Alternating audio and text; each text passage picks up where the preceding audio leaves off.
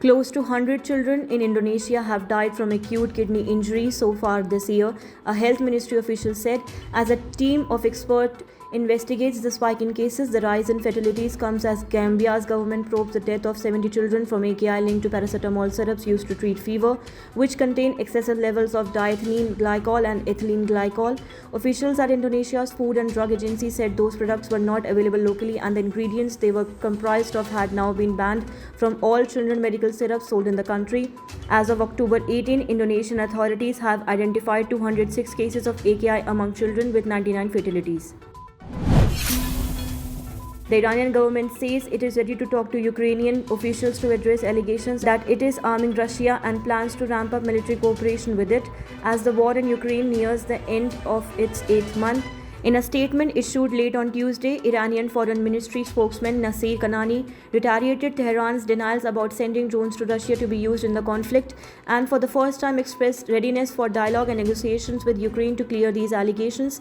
It came after Ukrainian Foreign Minister Dmytro Kuleba said on Monday he had proposed to President Volodymyr Zelensky the formal breaking of diplomatic ties with Iran after Russia's latest attacks, which killed several people and damaged infrastructure.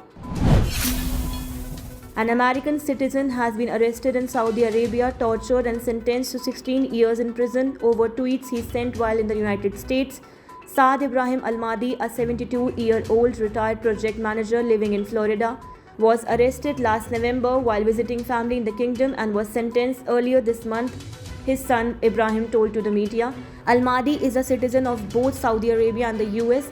It appeared to be the latest in a series of recent cases in which Saudis received long jail sentences for social media posts critical of the governments. Saudi authorities have tightened their crackdown on dissent following the rise of Crown Prince Mohammed bin Salman, who is seeking to open up and transform the ultra-conservative kingdom but had adopted a hard line toward any criticism.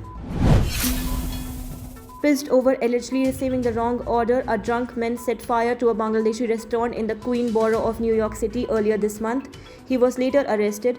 According to a media report, the perpetrator, identified as 49-year-old Shofel Norbo, told the police after his arrest, "I was very drunk. I brought chicken biryani. They didn't give me chicken biryani. I was mad and I threw it out." Norbo was nabbed 10 days after the incident and charged with arson, criminal mischief, reckless endangerment.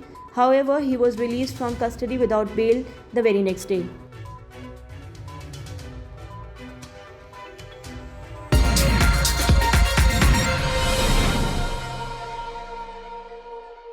Subscribe to One India channel and never miss an update.